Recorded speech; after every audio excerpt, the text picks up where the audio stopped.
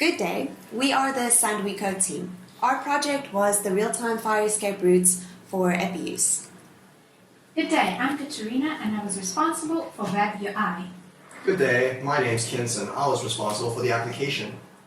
Hi, I'm Jason and I worked on the simulation. My name is Peter. I was the technical lead and I was working on the back end. My name is Matilda. I acted as the project manager and I also work predominantly on the back end. The Firewatch system is a new approach to solve an age-old problem. The main function of the system is to optimize building evacuation during an emergency. This is done through user tracking by using sensor data and a mobile application, which is also used to display the most effective escape routes to all the users. These routes are calculated by the main server using AI techniques, and the system as a whole is managed through a web UI and simulated by the use of simulation software. This resulted in a system that tracks user position information and, upon an emergency, dynamically calculates and allocates the most efficient routes to the user via an application. These were identified as our project requirements: user administration, route calculation, route assignment and notifications, simulate evacuation, building architecture support, change of system status, and triggering fire emergencies. The different subsystems we used are application, web UI, simulation, communication, processing, database, and sensor. This will be discussed by the developers that spent the most time on these systems. So the different subsystems we used are application, web UI, simulation, communication, processing, database, and sensor. This will be discussed by the developers that spent the most time on these systems. Since we worked with such a large and interactive system, we decided on the architecture consisting of a combination of N-tier, object persistent, and event-driven. N-tier is used, as can be seen, it is divided into 4 layers: the presentation, service, business logic, and persistence. This allows for security to protect our data and for better communication and modularization across the whole system. Then object persistent was used since data is necessary. We needed to protect our data as well as have easy access via the communication subsystem. Then finally we have event-driven. This is necessary since our system depends on the state of the system as a whole, and once something takes place there is a lot of communication that occurs between all the different kinds of subsystems.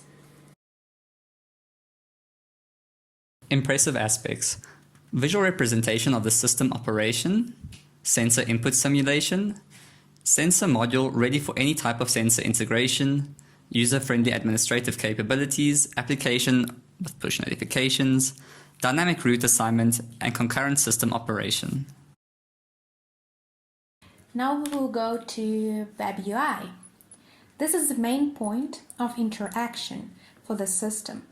Through this subsystem, you can upload buildings, perform system simulations, manage the system state, and perform general administrative tasks. Let me talk a bit more about design process that occurred to get the final Web UI subsystem. We started with static prototype. After doing few usability tests, receiving some valuable feedback, and applying those changes, we moved to dynamic prototype to evaluate the implemented functionality with a focus on its usability. In the end, for final modifications, we relied on expert feedback. The database subsystem consists of a database and a database manager. This results in the separation of concerns, meaning that our database is kept as a stupid object and all the functionality required is done through the database object. This is also where the security is applied for the database in the form of SQL protection, injection protection. A class was specifically designed to neutralize any incoming requests in case of an attack. The application subsystem. The application backend is comprised of several HTTP requests which are made to the API endpoint of the server in order to complete its functionality. In terms of design, we kept to a clean and simple user interface due to the minimal functionality in the system. The feedback mechanism of the application is comprised of audio, haptic, and visual feedback, the latter of which consists of both textual and color information to the user, while the notification will vibrate and ring in order to inform the user. The sensor subsystem. The application makes use of Wi-Fi access points as well as signal strength in order to identify the geolocation of the user within a building. The sensor subsystem is also designed in such a way that it is easy to substitute with other sensors and achieve the same functionality in the end. Next is the subsystem which provides the core functionality for our project. This subsystem calculates the most efficient routes, allocates them, and sends them to the communication interface. It is also responsible for translating the building plans into a usable data structure that can be used by the system. We used a graph-based data structure that is easy to traverse and understand, as well as a concurrent system to make sure that all the requests are handled as fast as possible. The Unity simulation receives people locations and building data from the server. It in turn uses this information to build the simulation. The simulation is used to show the inner workings of the backend. It can be used to improve and visualize the pathing algorithms. The simulation continuously queries the server to update people's locations and check if an emergency is triggered. The building data is put through a triangulation algorithm in which is then used to create a building of polygonal meshes in which people can navigate. The navigation uses a nav mesh pathing algorithm to simulate people's movements in the building. Once an emergency is triggered, the people are assigned to their routes, which are color coordinated and allows them to escape. So on the one screen, you can see the time lapse, which is running. That means that it is trying to simulate sensory input. You could also generate a different time lapse using a building's data structure. It works with any building, and you can also specify any amount of people as well as their willingness to move. So I think we're about to trigger a fire. Right now we're running in simulation view. If we trigger the alarm, it will now query the server, which is running on that laptop over there.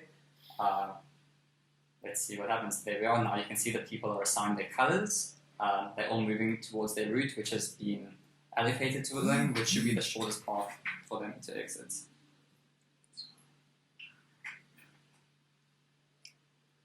There we are. Almost finished.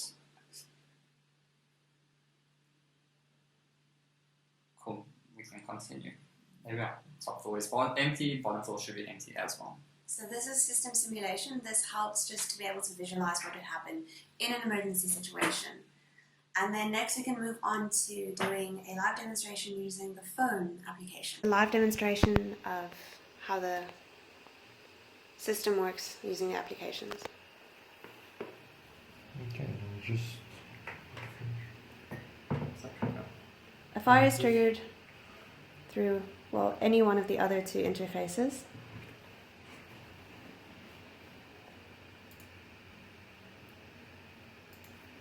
So if you trigger an alarm, automatically notifies the phone. Because we are in The same the room. same location, it picked us up to give us the same route.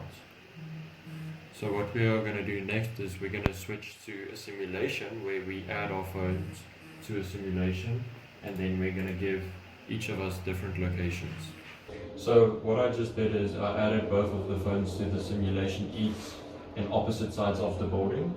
So what I'm going to do now is I'm going to trigger the alarm for the simulation, and then within the next update interval, both phones should be notified of the route they should take. So here you can see we have a nice simulation indication to show that this is not a real fire. And then if we go to the actual building and we do trigger an alarm, it will then show us that there's no longer a simulation going, and it should show the alarm of the actual building overlaid. Well, any one of the other two interfaces.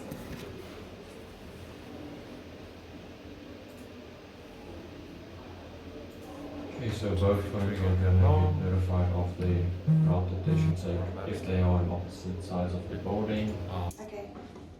Okay, just to show you guys what we have been doing in terms of the background when demonstrating the simulation and the application. Here we're going to run through the website. I'm going to log in as a developer. This will give me access to both our live view, our simulation view, and our administration page. So on the live view, you could see what building is currently loaded, which people are online inside the building or located within the building. You could also switch if you are currently at a different building. You also have the ability to trigger or reset the alarm in case if the sensors do not pick it up.